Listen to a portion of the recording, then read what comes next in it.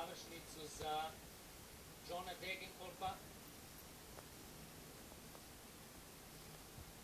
Burders je završio svoj posao. Vidimo da je Derek Van Avermaet ovde propustio priliku da poveže. Je ostao ovde.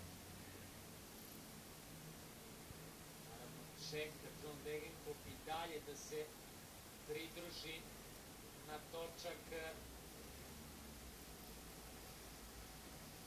Briana Burgaka. Sada vidimo ponovo napad Nikije Terpstre.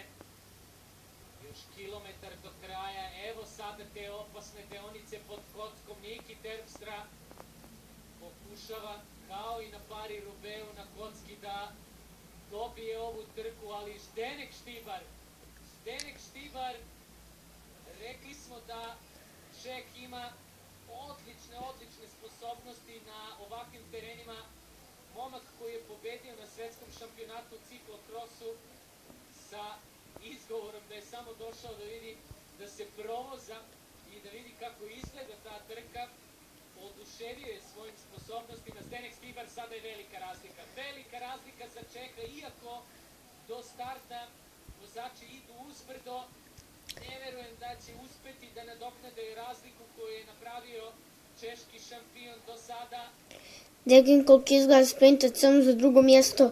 Hrabro ide Štibar. Ovaj napad, pobednik Paris-Roubaixa, a Zdenek Štibar Po novu pobjedu za Omegu. dolazi do pobede na 27. izdanju Banše Maj Banš.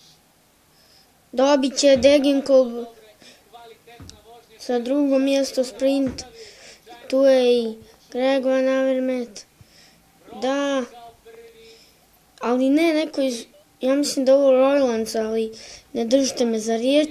dan Zdeneka Štibara, gledali smo ga sve vreme u toku današnje trke, blizu vrha glavne grupe, nije odustajao ni u jednom trenutku, pratio je dobro situaciju kod njega, onda u najboljem mogućem trenutku zadao napad.